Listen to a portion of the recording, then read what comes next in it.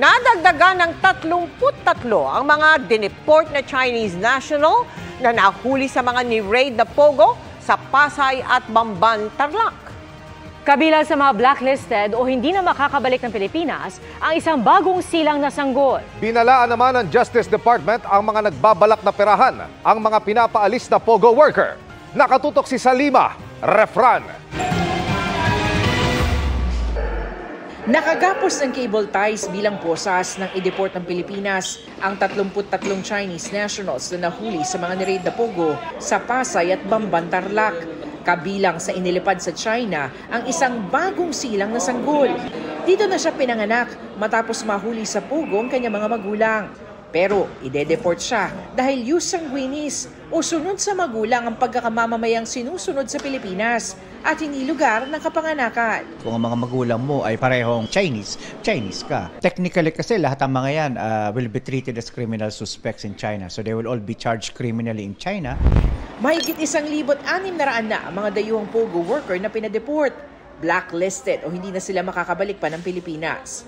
Malaking bagay ang deportation, lalo't 85 million pesos na ang nagagastos ng pamahalaan sa pangangalaga sa mga nahuhuli sa mga pogo raid. Ayaw nga natin magkaroon ng mga humanitarian crisis. Baka sabihin nila, hindi natin ino-observe yung human rights ng mga ito. Sa nakaabang tuluyang pagsasara ng mga pogo sa bansa, nakikiusap ang pamahalaan sa mga foreign pogo workers na kusa na lang lisanin ang Pilipinas. Yan ay para hindi na sila hulihin at ipa-deport pa. Pero nais ang Justice Secretary na i-review muna ang naunang utos ng Bureau of Immigration. We will clarify with the immigration people kung ano ang rules na dapat gawin natin. Kasi dapat yan in consonance with the December 31 deadline. Tsaka we don't want people to be panicking because they gave an order without consulting us. Nagbabala rin siya sa mga balak manamantala sa nakaambang exodus ng pogo workers. Maraming elements within the BID. Nagagawa pa sila ng pera, palabas na yung mga Chinese. Preparahan pa rin. Alam naman natin, palabigasan to ng maraming corrupt elements within the BID. Para sa GMA Integrated News, Salima Refran, nakatutok 24 oras. Inirereklamo na sa Mariveles, Bataan ang masangsang na amoy ng langis mula sa ikalawang motor tanker na lumubog doon. Sa Bulacan naman, nang huli at kumain ng isda ang ilang tauhan ng BIFAR para patunayang ligtas ang mga huli roon. Mula sa ground zero ng problema sa Bataan, nakatutok live si June Veneracion. June. Emil, lalo pang tatagal ngayon ang pagsisimula ng siphoning o yung paghigop ng milyong litrong industrial fuel na karga ng lumubog na tanker dito sa Limay, Bataan. Sa kalapit na bayan naman ng Mariveles ay oil spill na ang pinoproblema dahil pa rin sa isa pang oil tanker na lumubog din malapit sa Dalampasigan. Baka sa baybayin ng Coastal Barangay na ito sa Mariveles, Bataan ang marka ng oil spill. Hindi kalayuan mula rito ang pinaglubugan ng MTKR Jason Bradley na may lamang 5,500 liters ng diesel bilang operational fuel.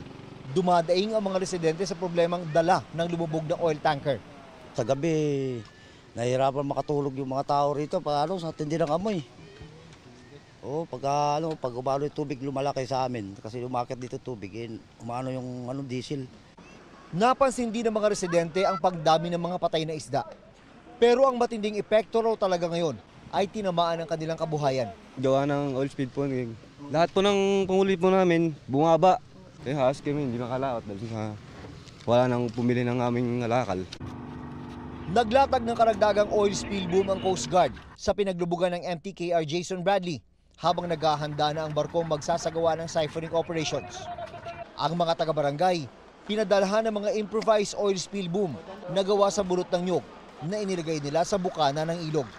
Para lang malesen yung mga oil spill na manggagaling doon para ma-prevent yung pagkuha niya dito sa tabi. Sa bayan pa rin ng Mariveles, mano-mano ang oil recovery operations ng Coast Guard sa sumadsad na MV Mirola 1. Dadalhin sa waste disposal facility ang makukolektang langis.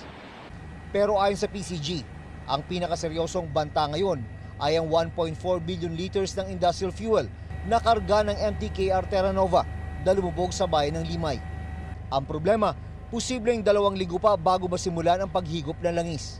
Kailangan palitan ng bakal ang canvas na pinantapal sa mga valve ng barko. Pasadya ang paggawa ng metal capping na tatagal ng 1 linggo. Ganon din katagal ang pagkabit. Pagkatapos, doon pa lang pwedeng simulan ang siphoning operations.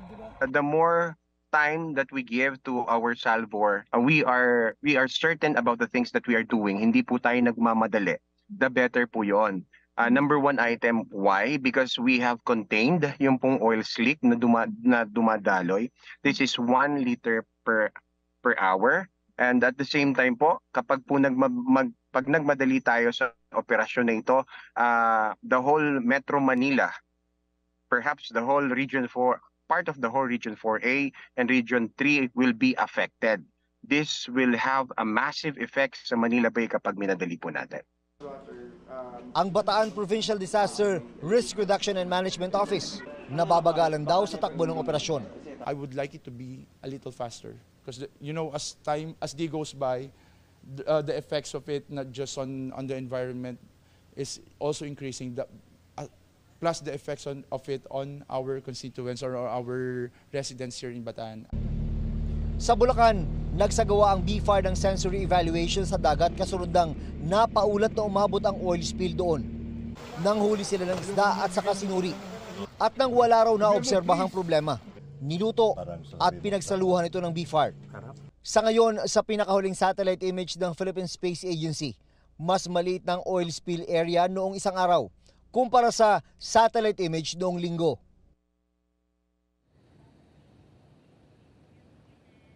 Sa ngayon ay nasa 1 liter per hour pa rin ang tumatagas na langis mula sa MTKR Terra Nova. Pero kapag natapos na daw yung pagpapalit ng metal capping sa canvas na ipinantapal dun sa mga valve ng barko ay mawawala na raw yung tagas at magiging mas ligtas at disgrasya ang gagawing oil recovery operation. Emil. Maraming salamat, June Veneracion. Pinilahan ng unang araw ng Rice for All program para sa bigas na mas mura sa palengke kahit hindi 4-piece beneficiary. Kung magkano at ano ang kalidad, alamin sa pagtutok ni Marisol Abduraman. May benta ang tig 45 pesos kada kilo na bigas sa Kadiwa Store sa Bureau of Plant Industry sa San Andres, Maynila. Sabi ng mga mamimili, di hamak na mas mura ito kumpara sa palengke. Pwede rin itong mabili ng kahit na sino. Hindi tulad sa 29 pesos kada kilo na bigas sa mga Kadiwa Store na pili lang ang maaaring makabili. Pero hanggang 25 kilo lang ang pwede kada individual. It's a lot cheaper. Sa labas kasi 60 pesos. Sa labas nga nasa 45 to 55 pesos sa ngayon sa monitoring natin sa DA. Na nababawasan yung layers ng middlemen, ng traders, kaya yung porsyento na yon o yung gap na yon nawawala, definitely mas lower ang price dito sa Kadiwa. Kahit mura, tiniyak ng DA na maganda ang kalidad nito. Ito yung maganda na quality na commercial well-milled rice. Pero mas pinilahan pa rin ang ibinebentang 29 pesos kada kilo na bigas. Nakakatipid kahit paano. Malaking bagay po kasi hindi po naman talaga afford yung mga nasa palengking 55, 50 po pinakamura. Ang 29 pesos kilo na bigas pwedeng bilhin ng vulnerable sector, gaya ng senior citizens at PWD, at limitado sa hanggang 5 kilo lang. Pagsisiguro ng Bureau of Plant Industry, magandang klase at ligtas ang bigas na ibinebenta sa mga Kadiwa Store. Mukhang malinis, wala namang dumi na kasama. And then as an additional na guarantee sa ating mga mamimili, ito ay ating tinetesting food safety sa microbiological contaminants, pesticide residues. Para sa GMA Integrated News, Marisol Abduraman, nakatuto 24 oras. Nauwi sa pananaksak ang agawan sa pasahero ng 2 pedicab drivers sa Maynila. Nahuli kamyan at nagbabalik si Marisol Abduraman, exclusive. Sa kuha ng CCTV, makikita ang lalaking ito na nakaupo sa harap ng isang tindahan sa Tondo, Maynila kahapon. Maya-maya pa, Isang lalaki ang lumapit sa kanya at bigla siyang sinaksak sa likuran. Napatayo pa ang biktima habang mabilis na tumakas ang suspect. Nalaman din natin yung ginamit niyang panaksak ay naiwan dito sa mismong likod nitong biktima.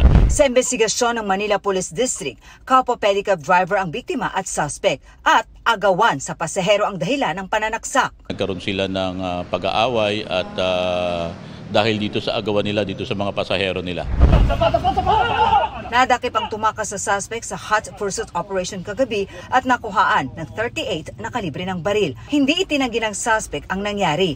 Matagal na nga raw silang maialitan ng biktima dahil sa away sa pasahero. Ako na po tayo tinawag ng pasahero Dahil inagaw niya po. Tapos siya pa matapang. Sa dinipensahan ko lang po ang sarili ko. Kaysa naman po ako maunahan, pinunahan ko lang po siya kasi talagang hinahanting niya rin po talaga niya ako At sa tanong kung bakit may baril siya, depensa niya. Pandepensa ko lang po sa sarili ko kasi hinahanting po ako ng mga kasama niya Naharap ang suspect sa mga kaukulang reklamo. Frustrated murder at saka yung illegal possession of firearm. Nasa stable na kondisyon ang biktima na nagpapagaling pa sa ospital. Para sa GMA Integrated News, Marisol Abduraman, nakatuto 24 oras. Walang balak magpaalam sa kanyang target na ginto si Pinoy boxer Carlo Paalam na aabante na sa quarterfinals. Si Carlos Yulo naman nakabawi matapos mawala ng balanse kaya pumagit na sa ranking ng all-around men's artistic gymnastics kagabi. Live pa rin mula sa Paris, France. Nakatutok si JP Soriano. JP. Emil, bonjour. Magandang araw dito sa France at narito po tayo ngayon sa harap ng Arc de Triomphe, isa sa pinakamakasayang landmark sa Paris, France kung saan nga po nakapwesto na rin ang kulay ng Olympics bilang pagpupugay sa nagaganap na pinakamalaking sporting event dito at sing init nga po ng panahon ang fighting spirit ng 12 Pilipinong atleta pa na lumaban at patuloy na lalaban sa Paris Olympics para makakuha ng medalya para sa ating bansa. Kabilang na po si Carlos Yulo na bagamat hindi po nakakuha ng anumang medalya sa all-around finals kahapon ay patuloy pong lalaban sa 2 pang finals event sa mga susunod na araw. Patapos na ang performance ni Carlos Yulo sa aparatos na pommel horse kagabi nang mawala ng balanse pero bumangon, bumalik at itinodo ang performance.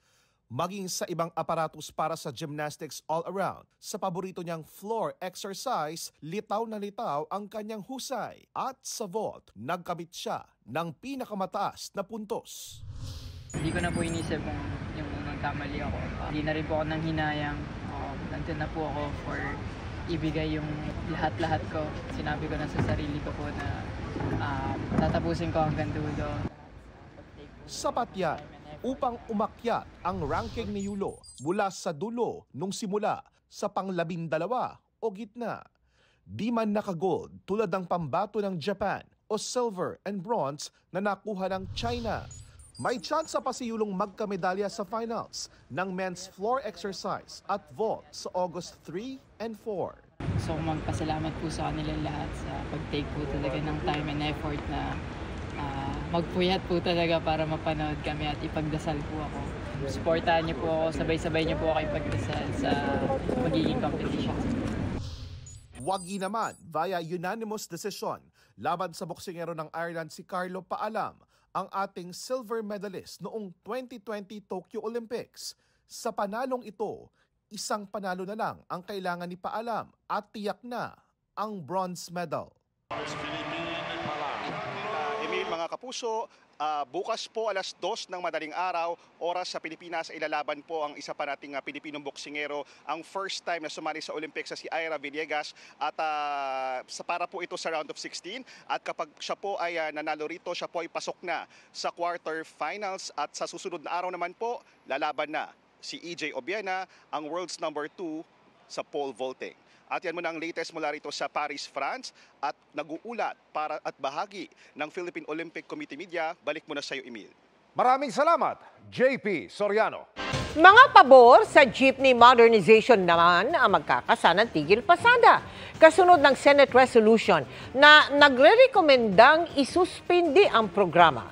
Nakatutok si Joseph Moro. Nagkakasa ng kilos protesta sa Lunes sa mga grupong sumali sa PUV Modernization Program. Dismayado raw kasi sila sa resolusyon ng 22 senador na nanawagan sa pagsuspindi ng programa. Ayon sa grupong Angat Kooperatiba at Korporasyon ng Alyansang Pilipino para sa Modernisasyon, 83% na sila ng mga pampublikong sasakyan sa buong bansa na nakapag-modernize. Galit na galit yung sektor dahil sa ginawa nito ng Senado. Kami sumunod na, nakapag-modernize na.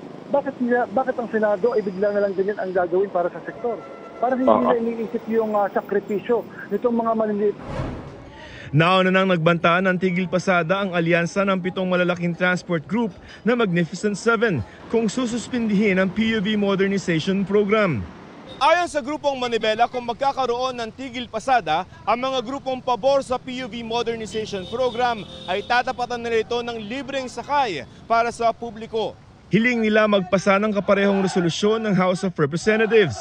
Kung gustong magpatuloy nitong mga nakapagsimula na, hindi naman sila pipigilin at hindi naman sila aawatin. Tuloy-tuloy pa rin naman ang pamamasada. Kabilang sa inireklamo nila ang pag-aagawa ng pasahero ngayon dahil sa route rationalization at pag-a-assign ng mga ruta. Tulad daw dito sa Nagtahan kung saan dinadaanan na sila ng mga modern jeep o minibus. Imbis na sa amin pupunta yung pasahero, sinasalok nila dyan sa kabila.